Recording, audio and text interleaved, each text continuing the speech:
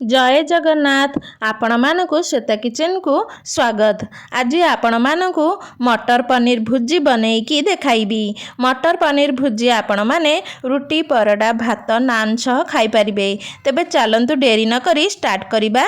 पनीर भुजी बनैबा पई प्रथमे पनीर को माश करि नेबा। प्रथमे एही सब जिनिस रेडी करिबा को पड़ी थाए। चलंतु देखि नेबा। टमाटो 2टी फाइन चॉप करि नेबा।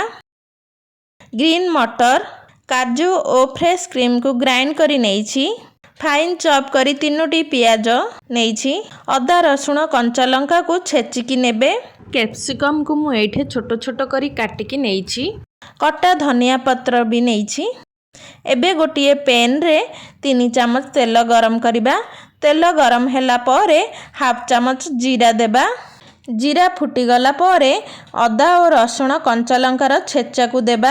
भल भाबरे अदा रसुणर कंचा स्मेल गला पर्यंत भाजी नेबा। सॉरी मोर मन नथिला आगरु बटर 1 चम्मच देबा पाई। एबे 1 चम्मच बटर दे देबा। भल भाबरे मिसाई नेबा। चॉप करी रखिथिबा पियाज को देई मिसाई नेबा।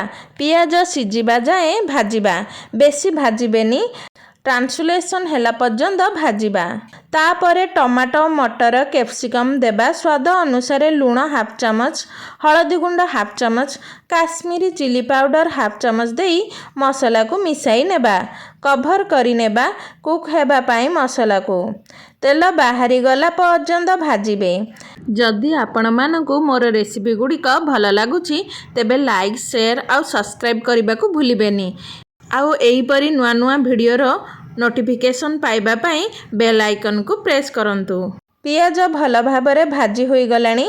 एबे पनीर को माश करी रखिथिली सेही पनीर को आमे एबे देई देबा।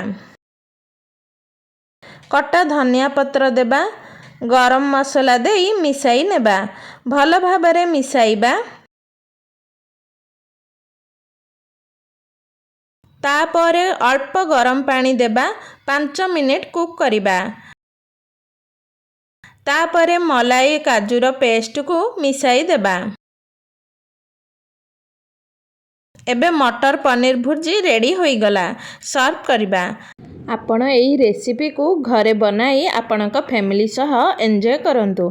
आउ मो सह आपणक अनुभव शेयर करंतु। रहुछि धन्यवाद।